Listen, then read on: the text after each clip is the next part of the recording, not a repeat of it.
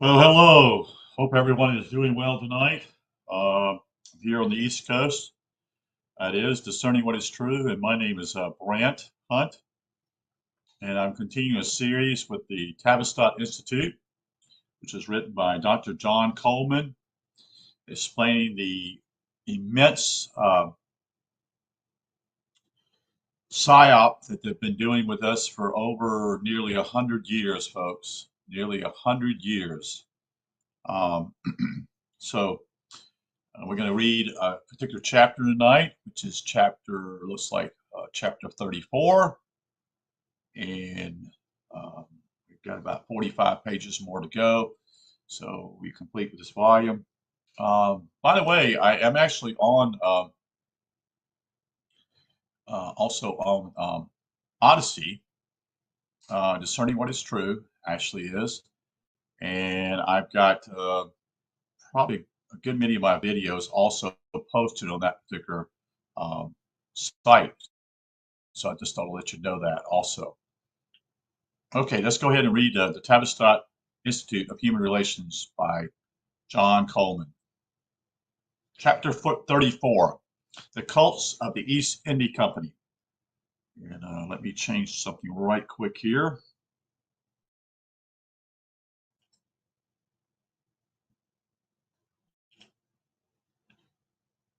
For centuries, the British oligarchy has been the home of occultism, the metaphysics, the mysticism, and the mind control. Bulwer, B-U-L-W-E-R, Lytton, I guess it's Lytton, L-Y-T-T-O-N, wrote The Secrets of the Egyptian Book of the Dead. And so many of Annie Bessette's heroes of the Theosophical Society came from British upper classes, which even today is still popular with them. By the way, Annie Besette did a book on esoteric Christianity and was actually involved with also Rudolf Steiner. But Rudolf Steiner eventually moved away from her and created his own particular group in the occult world. The descendants of the Cathars and the Albigensians of southern France and northern Italy had migrated to England and adopted the name of Savoyard. That's Savoyard. Before them came the Bogomils of the Balkans and the Pelicans of Asia Minor. All these sects had originated from the Babylonian Manichaeism. Inroads were made into this type of occultism by the Tavistock Institute, using some of its mind control techniques developed by Kurt Lewin and his team of researchers. See the Committee of 300 for more details. The East India Company, and later the British East India Company, was the original 300, that is, whose descendants ruled the world today. Opium and the drug trade were the stock in trade then, and remain so. From this highly organized, complex structure grew socialism, Marxism, communism, and National Socialism and fascism. Beginning in 1914, extensive mind control experiments were carried out at Cold Spring Harbor in New York. The Race Eugenics Center, sponsored by Mrs. E. Harriman, mother of Abraham Harriman, that is Averill Harriman, governor of New York State at the time, who became a prominent public and political figure in the United States and also in Europe. This particular lady poured millions of dollars of her money into the project, invited German scientists to share the forum. A great many of Tavistock mind control techniques, especially reverse psychology techniques taught by Reese, engineered at Tavistock, which today forms the basis of mind control exercises to implant the notions in the minds of the American public that the black and color races are superior to the white race. Racism in reverse, that is. By the way, racism is a word that was created by, I'll get it here in a second, just thinking his name, Brockman, who was a Jew, who was in New York, but it was also his name was Trotsky. Okay. German scientists were invited to attend Cold Harbor indoctrinations by Mrs. Harriman and her group, comprised of some of the leading citizens of the period. That's in 1915. After a year or two at Cold Spring Harbor, the German contingent returned to Germany and under Hitler put race eugenics learned at Cold Spring Harbor into practice.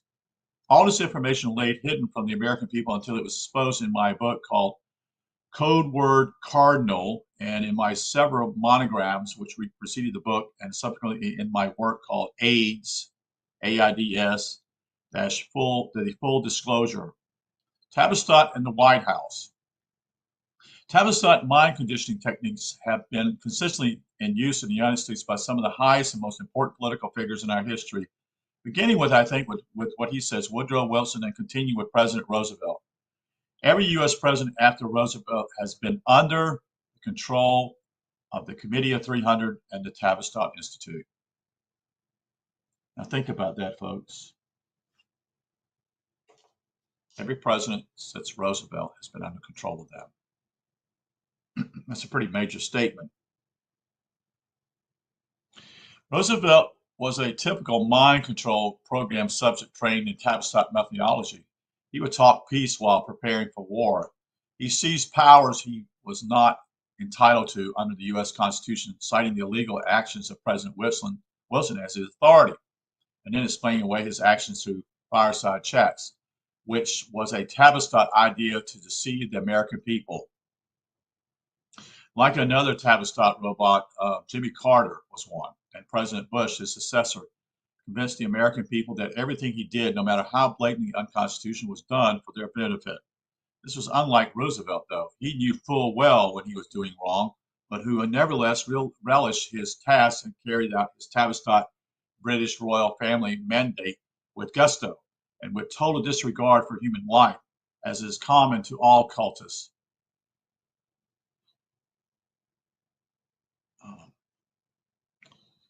It's also common to those who are psychopaths.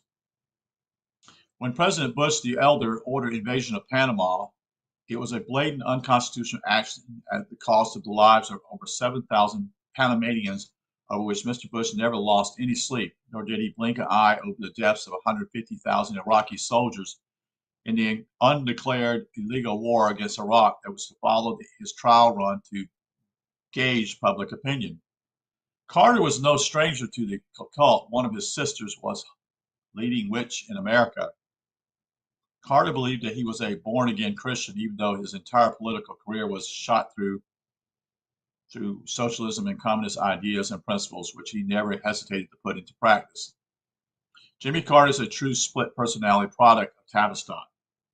This was noted by Hugh Sidney, S-I-D-E-Y, a well-known columnist for the mainstream media who wrote in July of 1979. The Jimmy Carter now at work behind the closed doors of the White House is not the Jimmy Carter we grew to know in the first 30 days of his presidency. Carter, programmed by Tavistock graduate Dr. Peter Bourne, B-O-U-R-N-E, had been through the hands of another Tavistock psychologist named Admiral Hyman Rickover during Carter's stint at Annapolis. That's R-I-C-K-O-V-E-R, Rickover. Carter was pre-selected by the Rothschilds as being admirably suited for special training and one who would be adaptable to changing circumstances, willing to depart from principles. John Foster Dulles was another Tavistock indoctrinated figure of note that was close to the White House, holding the position of Secretary of State. Dulles blamed the lie to the U.S. Senate Committee during the United States hearings, brazenly testifying under oath about the constitutionality of the U.S. belonging to this world body. Dulles, that is, dazzled and deceived the senators as to the constitutionality of the U.S., joining the UN, and swayed enough senators to vote in favor of the so-called treaty, which is not a treaty but an ambitious agreement. The U.S. Constitution does not recognize agreements, only treaties signed by the nations concerned. However, the problem Dulles had was that the UN is not a country, so Tavistock got around the implement by advising the State Department to call this document agreement. Dulles was a Satanist, Illuminatist, and a member of a number of occult societies. George Herbert Walker Bush is another product-trained certified graduate of Tavistock mind control system The action of this 33-degree Mason in Panama and Iraq speaks volumes. In Panama, acting under the orders of the RIIA, Royal International Affairs, that is in Britain, and the CFR, that is the Council for Foreign Relations, Bush the elder moved to protect drug money in the Rockefeller-owned banks in Panama after General Noriega had exposed two of them as money laundering facilities in the drug trade chain. Bush ordered U.S. armed forces to invade Panama without having the authority expressed in the only constitutional way, the joint declaration of war by the U.S. House and Senate of the Congress, and in gross violation of his constitutional powers as a president. The office of president is expressly forbidden war-making powers by the founding fathers, but notwithstanding the lack of empowerment, Bush repeated his gross violation of the U.S. Constitution and ordered the U.S. armed forces to invade Iraq, even again without the mandated declaration of war and in excess of his powers. The inner-conditioned American public, that is, the shell-shocked victims of Tavistock war on them, did not turn a hair as they watched the Constitution be ripped to shreds. Her Majesty Queen Elizabeth II warmly praised Bush, the elder, for his successful war against Iraq and knighted him for his actions of defiance of the U.S. Constitution. This is not the first time that Elizabeth has rewarded American lawbreakers with high honors. British and American cultists and Illuminists in the oil cartels are still carrying out a war of attrition against Iraq in 2005.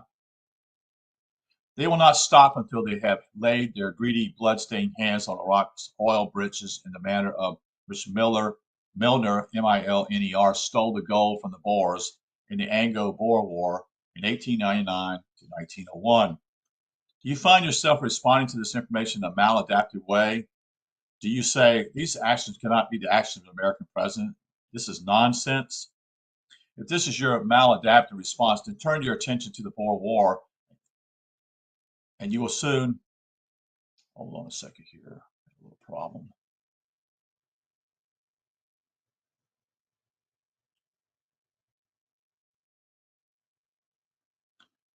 If this is, okay, so turn your attention to the Boer War, and you will see that Bush was only emulating the satanic barbarity of General Lord Kitchener and Lord Milner in their war of extermination against the Boer nation. Also, it behooves us to recall that the tragedy of Waco began on the Bush watch, and vendetta against David Koresh was carried on by a leader of the Republican Party. Let me go ahead and explain one thing about the Boer War in South Africa. The Boers are actually what we call Afrikaners.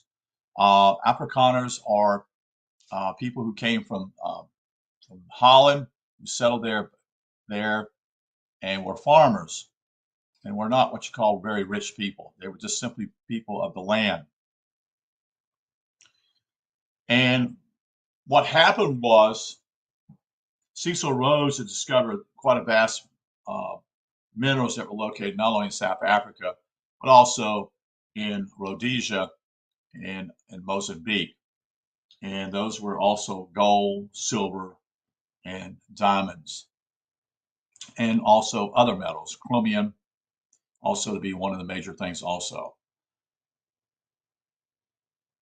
While Attorney General, that is Reno and Clinton, carried out the actual policy of destruction for which Koresh was slated, George Bush played a leading role in the ghastly Tavistock, in which Koresh and 87 of his followers died.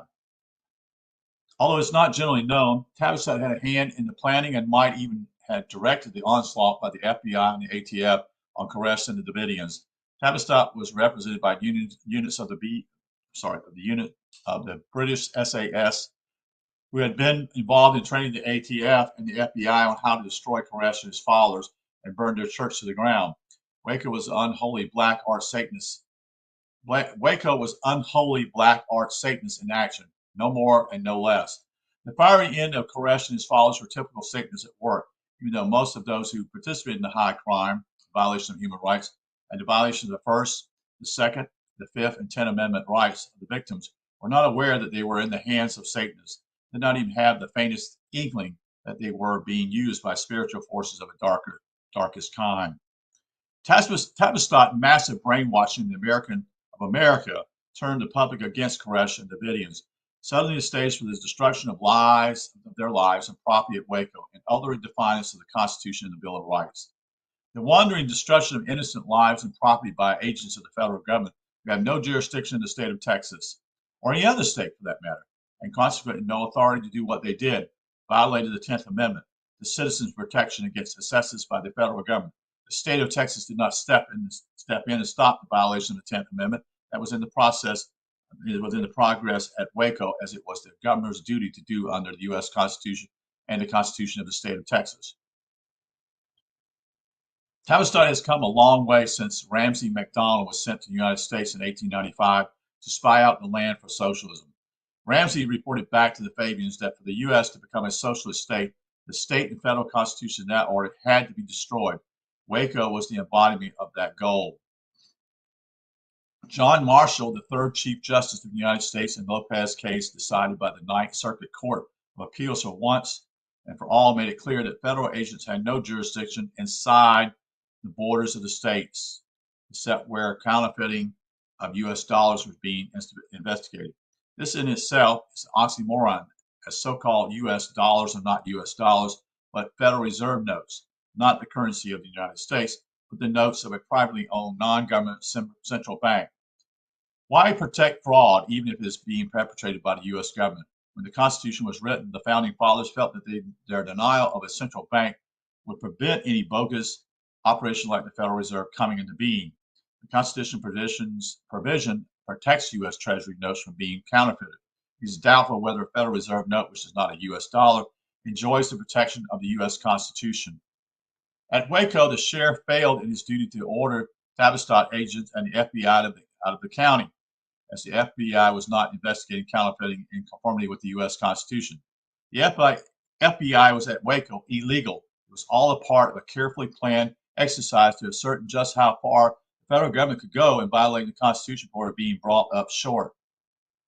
Just as the British and lower middle classes were inflamed against Germany and the commencement of World War I through propaganda, lies that the Kaiser had ordered his soldiers to cut off the arms of little children when they invaded Belgium and Holland, just so Tavistock programmed Americans to hate Koresh.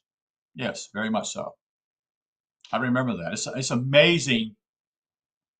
This is in 1995. That was when I was 35 years old, and I knew it was wrong. And I couldn't believe that our government was involved in all this. And I got a video tape here about it. It blew me away. And also one about what took place at Oklahoma City. Tavistock's blast of lies about Koresh went out over the airways day and night. Koresh was having sex with very young children in the compound, naturally, because that's what they think about. You see, these people are diabolical. His church, a simple wooden structure, was labeled a compound by the mind controllers at Tavistock. Yeah, like it was a military fortress. Another Tavistock gross lies was that the Davidians were running an amphetamine lab in the compound. Compound, again, being the Tavistock coin word. Now, Clinton gave the go-ahead to have the Davidians gas shot at, subjected to devilish music night and day, and finally burned alive is not surprising. To the late Pamela Harriman, that is, Mr. Clinton was introduced to Tavistock and passed his mind control indoctrination initiative during his stay at Oxford. Thereafter, he was introduced to socialism/Marxism and communism before being approved by the Tavistock to succeed Mr. Bush, the elder, who had outlived his usefulness. Tavistock planned and executed a massive media drive using their polling profiling to implant Clinton in the minds of the American people as one well suited to run the nation. It was Tavistock that arranged the strictly controlled Clinton interview with CBS after Jennifer Flowers revealed that he had been her lover for the past 12 years. And it was Tavistock that took control of the reaction of the American people in the aftermath of CBS interview. Thus, through its far-flung network of polling and opinion-making aspects, the Clinton presidency was not torpedoed, although without Tavistock having been in control from start to finish of the CBS interview, it is certain that Clinton would have been forced to resign in disgrace. Yeah, it's amazing how this all occurred. It's amazing. I remember the years all this stuff was going on. And he's also involved in NAFTA too.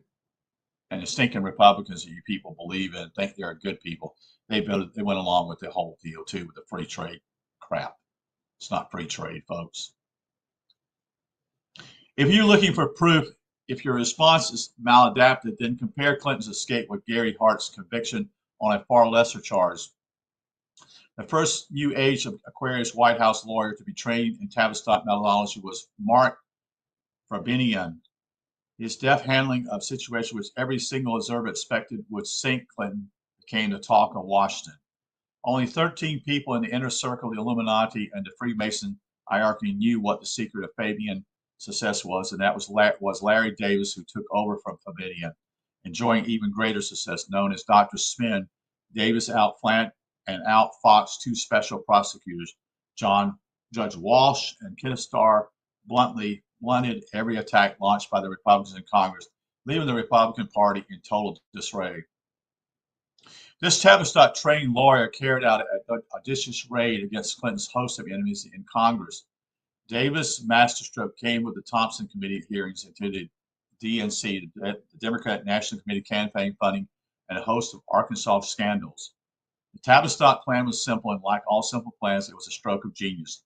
Davis collected every newspaper in the country which had ever carried even the smallest story about Clinton's misdeeds, fundraising scandals, and Whitewater. On the very day the Thompson Committee was in full cry, baying for the blood of the president, one of the many assistants serving Davis threatened his way through the packed hearing room and gave each of the committee members a file of clippings compiled by Davis. With the file came a memo signed by Davis. What the committee was investigating at the cost of millions of dollars was nothing but a collection of old news. What was there to investigate when the charges against Clinton were yesterday's news? The Thompson Committee had been bushwhacked and therefore thereafter ran out of steam and went out of action. A great victory for Tavistock and the White House. Prime Minister Blair was to use the same formula in disarming parliamentary critical charges that he had lied about his reason for going to war alongside Bush the younger. The Daily Mirror accounts were all old news. Blair said in responding to what might have been a damning question, the MP asking the question was leading a move to have Blair impeached. Instead of answering, Blair deflected his question under parliamentary rules. The MP had had his turn and would not get another opportunity to try and force the truth out of Blair. I'm going to continue on. Let's go to chapter 35. The music industry, mind control, and propaganda in war. We should note that Tavistock influence in America has expanded since its beginning, since its own bureau here in 1946. Tavistock has brought the art of disinformation to a fine-tuned pitch. Such disinformation campaigns start with carefully crafted rumors. These are, generally speaking, planted in right-wing circles where they grow and spread like wildfire. Tavistock has long known that the right wing is a fertile breeding ground for rumors to grow and be spread. Interesting. In my experience, hardly a day passes that I am not asked to confirm some rumor or another, usually by people who should know better. The clever strategy of spreading disinfo through rumor is a double benefit. It gives semblance of credence to stories planted on conservatives. By the time the information is proved to be false, the disinformation has tainted its purveyors to the extent where they may safely be described as crackpots, the paranoia fringe of the conservatives, extremists, and a whole lot worse. Really sad, that's true. The next time you hear one of these kind of rumors, think long and hard about the source of the rumor before you pass it along. Remember how Tavistock manipulators work. The juicier the rumor, the greater is your inclination to spread it. Will unwittingly make you a part of Tavistock's insidious disinformation machine.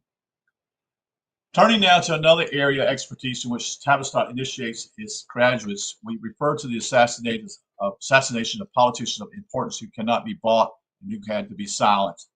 These men were the murders of U.S. President Lincoln, President Garfield, President McKinley, and Kennedy, all linked to British intelligence, MI6, and since 1923 associated with the Tavistock Institute. President Kennedy proved to be imperious in mind control by Tavistock, so was chosen for public execution as a warning to those who would aspire to power that none was higher than the Committee of 300.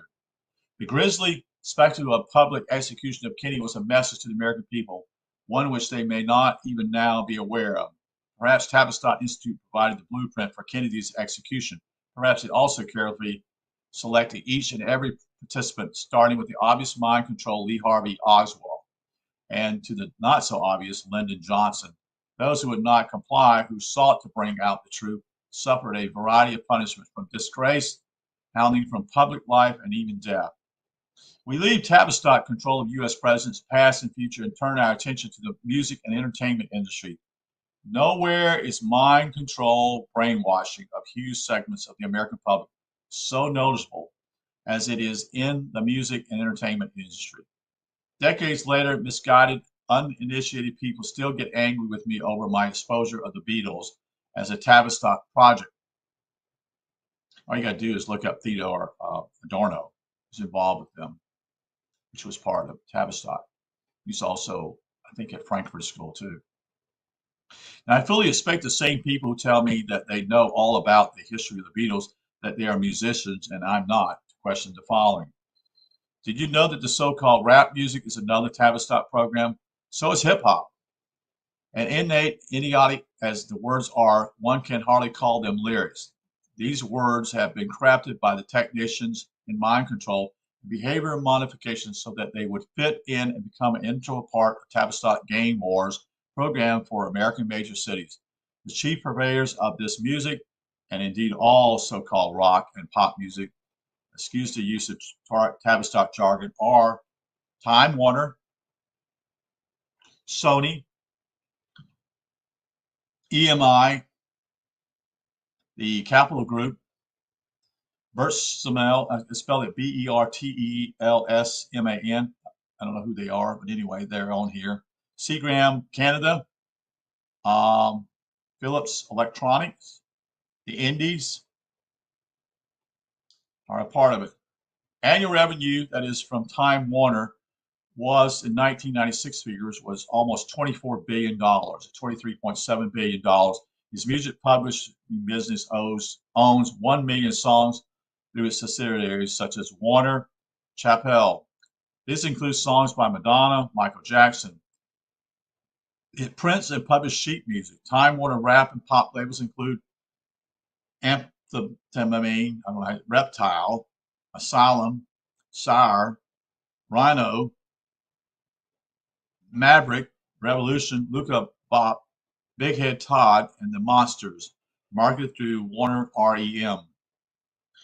Time Warner also distributes alternate music labels such as through the subsidiary called Alternate Distribution Alliance, which covers the greater part of Europe, which is particularly strong in England and Germany.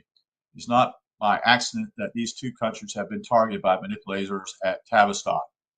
Most subliminal but increasingly open incitement to violence, unrestrained sex, anarchism, and Satanism is found in abundance among the songs owned by Time Warner. This almost cult-like dominance of the youth of the Western Europe and since the fall of the USSR is creeping into Russia and Japan also. It is menacing civilization in Europe that has taken thousands of years to build up and mature. Great, yes, for sure. The huge following of youth and its seemingly insaturated appetite for this kind of utterly junk music is frightening to behold as it Tavistock's grip on the mind of those who listen to it. Well, I'll have a theory about this. I may be wrong. My theory simply is that they created genre and they used that genre for a certain period of time, as in the 60s, the 70s, and the 80s, and the 90s. But since then, the rap music or bebop or whatever you want to call it has not stopped. There has not been what I call much change, so to speak. And part of the deal is simply with music is it's just not music. Most of the time these guys cannot even sing, they just talk, you see. And the lyrics are just downright vulgar, you see. So Time Warner distributes music through their music clubs, which is owns outright or else it's a partnership with others. Columbia House is one example. Sony has 50% share in Columbia House.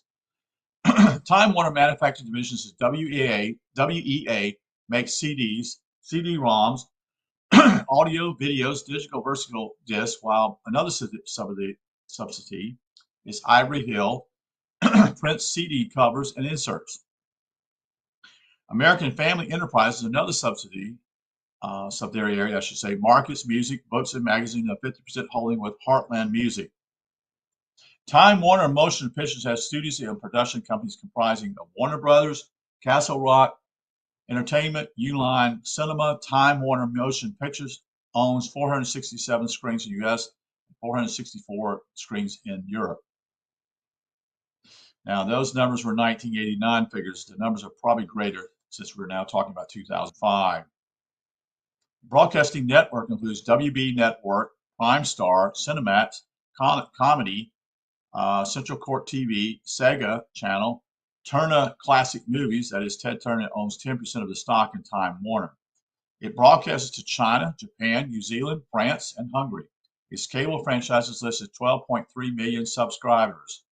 TV production distributors include Warner Brothers Television, HBO Independent Productions, Warner Brothers Television Animations, Televisions Productions, Castle Rock Television, Uline Television, Citadel Entertainment, Hanna-Barbera Cartoons, World Championship Wrestling, Turner Original Productions, Time Warner Sports, Turner Learning, Warner Home Videos, and its library has 28,500 television titles and animated shorts. Also, Time Warner owns CNN Radio, which is acquired from Ted Turner. It also owns 161 retail outlet stores such as Warner Books, Mattel Brown, Sunset Books, Ox Moore, Hawks House, and the Book of the Month Club.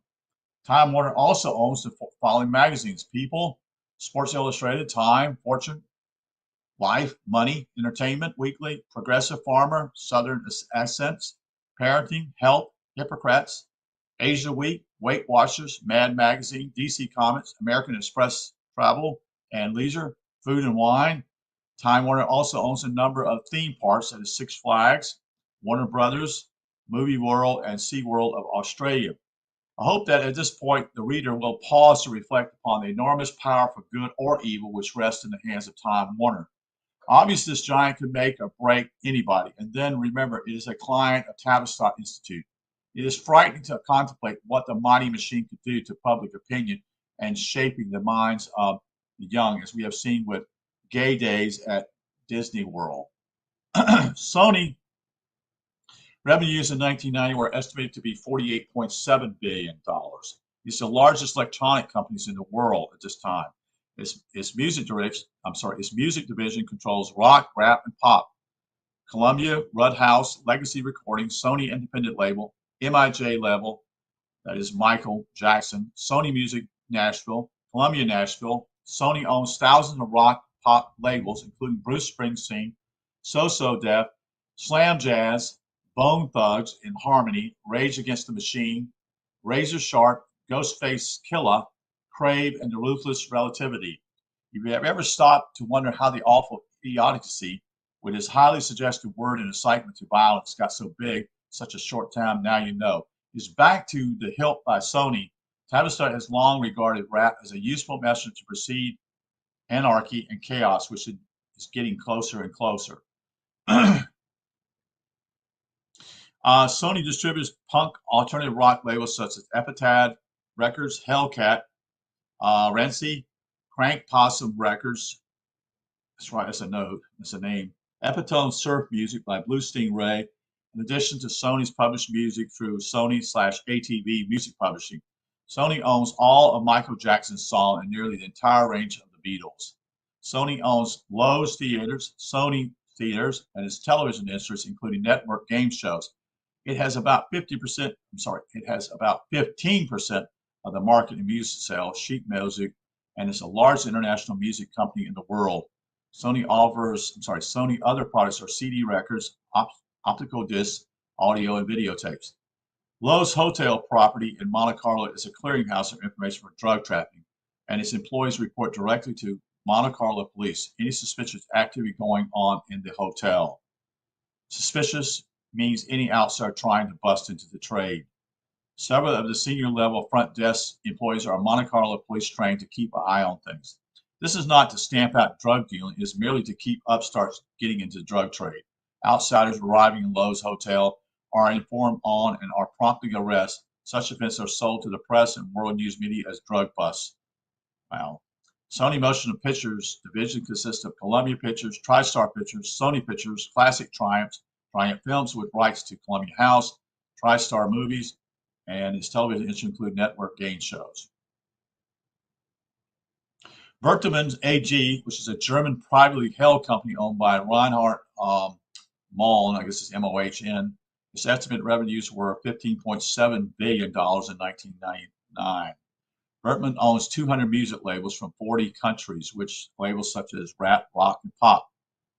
Whitney Houston, The Grateful Dead, Bad Boys, NG Records, Volcano Prizes, Dancing Cat, Attic, G-Strip,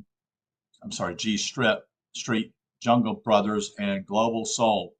All these contain explicit incitements to sex apparitions, drug taking, anarchy, and violence.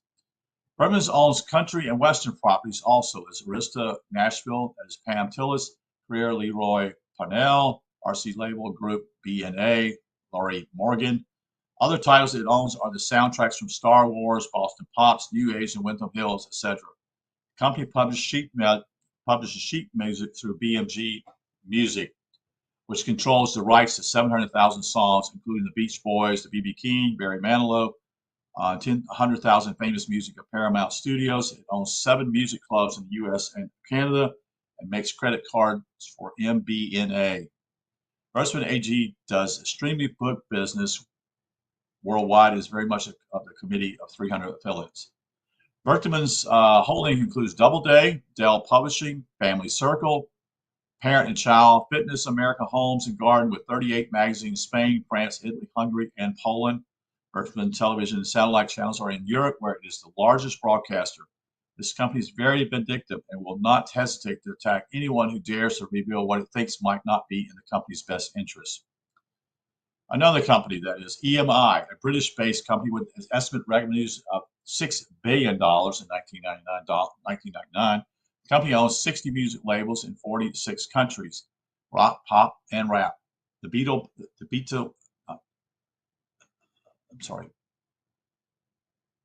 Beastie Boys, Chrysalis, Grand Roll, Parafong, Pumpkin Smashers, Virgin, Point Blank. EMI owns and controls the Rolling Stones, Duck Down, No Limit, NOO Tribe, Rap-A-Lot, the Ghetto Boys with an immense sheet metal music publishing business. It has a direct interest of owning outright 231 stores in 7 countries, including HMV, Virgin Megastores, Dillon's USA. EMI has network stations throughout Britain and in Europe, some of which work in conjunction with Bertelsmann's.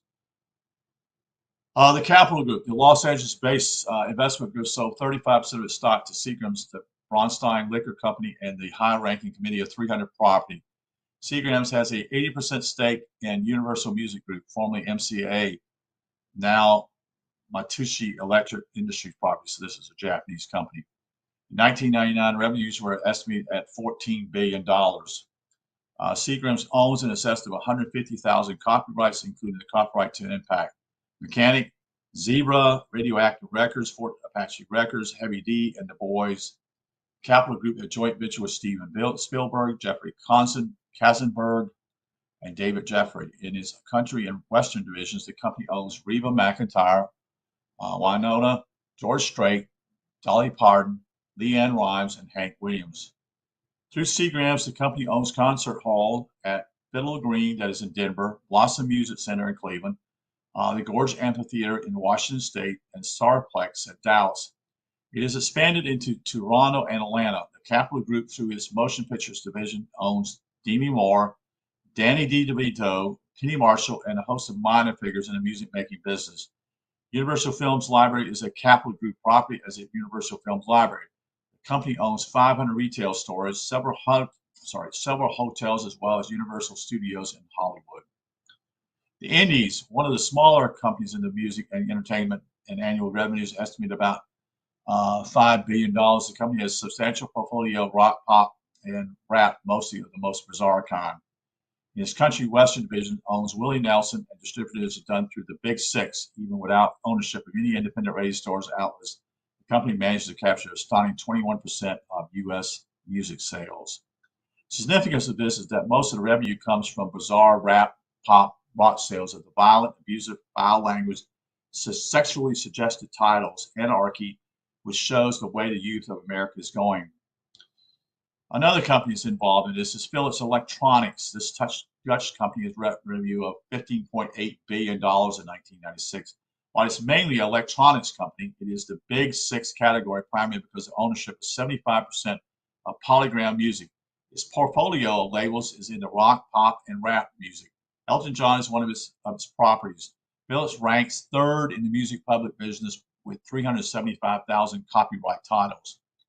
Through its subsidiaries in Europe and Britain in 1998, Philips produced 540 million CDs and VHS tapes. Its motion picture division owns Jodie Foster, while Philips Television owns Robert Redford's Sundance Films and Propaganda Films. The foregoing reference should give you, the reader, and some idea of the immense power this giant industry wields over our daily lives, how it is shaping the minds of the youth of America without the control and advanced techniques made available to these companies through Tavistock. The giant strides the industry has made would not have been possible.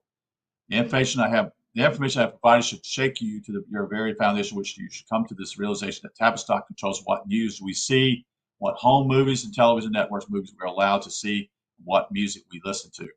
Behind the gigantic enterprises stands the Tavistock Institute for Human Relations. As I have clearly demonstrated, America is marching in a lockstep with the gigantic movie music industry, hitherto unknown forces, powerful forces whose sole aim and object is to pervert, twist, and distort the minds of our youth, to make it all the easier for the Committee of 300 to usher in the socialist New World Order. One world government in which the new communist rule of the world.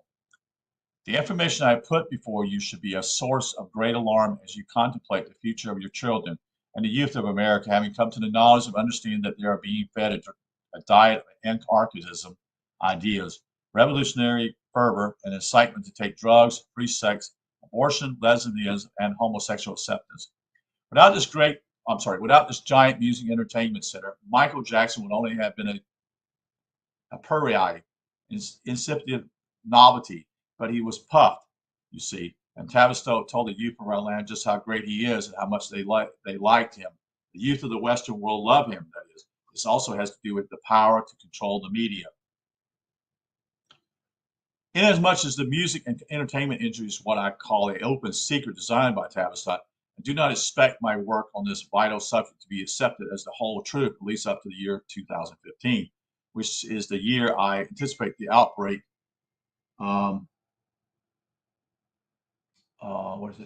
Outbreak of Armageddon, the all-out nuclear cab war, when the full wrath of God will fall on the United States of America. But with regard to massive media control, it's not difficult for even the untrained observer to see, hear, and read that indeed. The U.S. has a controlled media, a product of Tavistock Institute. This factor is what got President Bush elected, and then, to the astonishment of all over Europe, at least half the American voters saw him elected for a second term in spite of his deplorable record. How did this happen? The question is easily answered due to the breakdown of American national media. Traditional broadcasters abandoned their obligation to promote the public interest. They no longer felt the obligation to report two sides of the story. Yeah, they don't. They're just biased now, straight up biased. And most of the news that's published is already scripted. It's already been printed by some